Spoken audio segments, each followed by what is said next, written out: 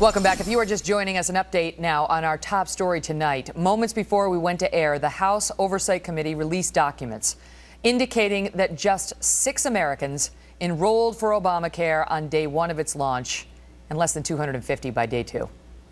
Actually, it reversed that by day 3. We will get new reaction from the White House straight ahead. Right now, they've said those aren't official, but they do come from the administration and notes that they were taking. But last night, we asked you to post your Obamacare experiences on our Facebook page, facebook.com/The Kelly File, or to send us a tweet at Megyn Kelly. We got almost 1,000 responses right away, including a story from Becky Summers, a mother of 3 from Pennsylvania. By the way, who says I don't read the tweets? Yes, I do. Who discovered that her Cadillac plan, a high-cost insurance policy with top-of-the-line benefits, was just canceled. Now, the president said only the bad plans would be going away. Remember Pallone last night? The lousy ones, the lousy ones. Was it lousy? Trace Gallagher set out to investigate. Trace?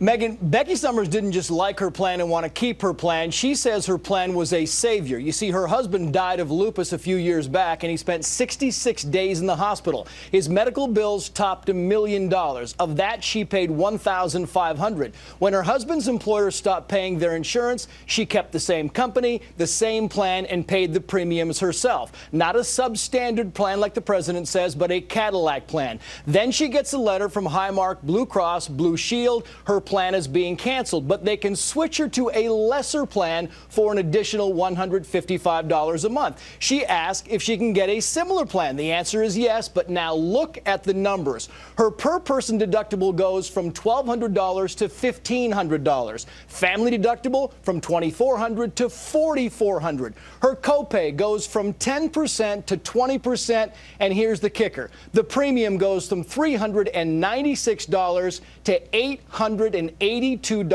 per month, and here is Becky Summers. I have an excellent policy where I'm covered for everything with no lifetime maximum. I have every single coverage there is, and they're trying to tell me that I had a bad policy and the insurance company was ripping me off and I was too stupid to know better. So now I have to, go with what the government's giving for my own good.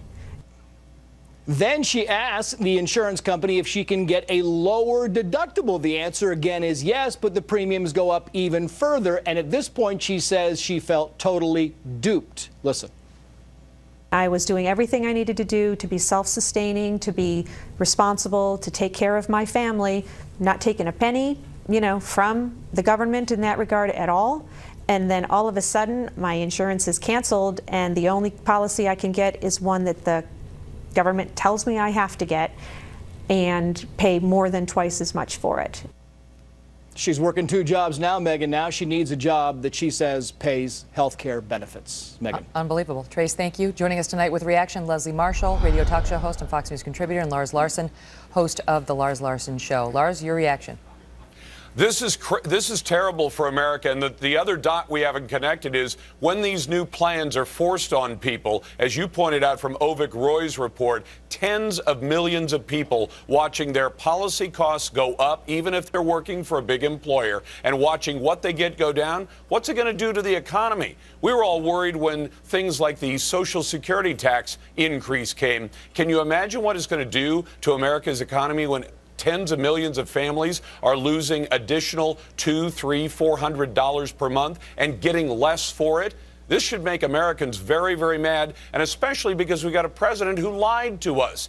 We've previously impeached presidents for lying to us. I think this president deserves it as well. Leslie?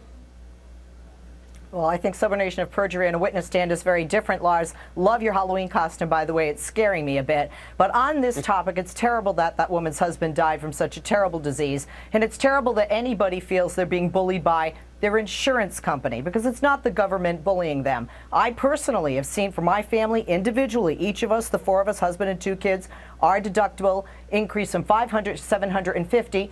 before Obamacare was voted on, was signed into law. Insurance companies have done this. They will do this. And it's the insurance companies that are causing people to lose that grandfather status by increasing copays, by changing and increasing deductibles, and by dropping. But let me stop you there.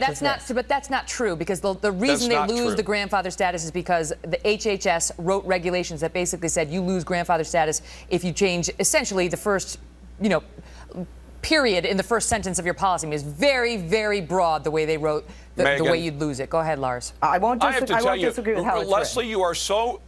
you are so wrong-headed on this. This change is being forced by the government. This government, Obamacare, instructs those insurance companies to add additional items to coverage that people did not choose to buy. When you add extra options onto anything, including insurance, it costs more money. You want to lay it at the feet of the insurance companies? They don't have any choice. Yeah. If you tell them to cover more things, it's going to cost more money. Quick last word, Leslie.